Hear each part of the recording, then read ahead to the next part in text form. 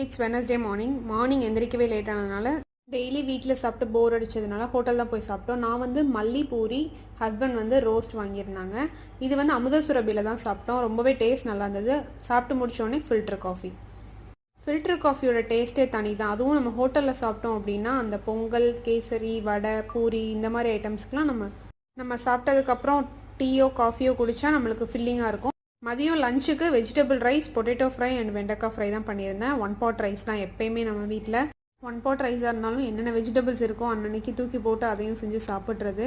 அதுக்கப்புறம் நைட்டுக்கு வந்து தோசை சப்பாத்தின்னு சாப்பிட்டு போர் அடித்ததுனால ராகி சேமியா இருந்தது. ஸோ தாளிச்சு போட்டு ராகி சேமியா பண்ணியாச்சு. இந்த ரெசிபியோட ஃபுல் வீடியோ வேணும்னா கண்டிப்பாக மறக்காமல் கமெண்ட் செக்ஷனில் கமெண்ட் பண்ணுங்கள். நான் கண்டிப்பாக சூன் இந்த வீடியோ வந்து அப்லோட் பண்ணுறேன். என்னோட வீடியோஸ் இதுவரை சப்ஸ்கிரைப் பண்ணாமல் பார்க்குறீங்கன்னா மறக்காமல் சப்ஸ்கிரைப் பண்ணிவிட்டு பாருங்கள். பெல் ஐக்கானையும் ப்ரெஸ் பண்ணுங்கள். அதுதான் என்னோட வீடியோஸ் வந்து உடனுக்குடன் அப்டேட்ஸ் வரும். தேங்க்ஸ் ஃபார் வாட்சிங். Keep supporting.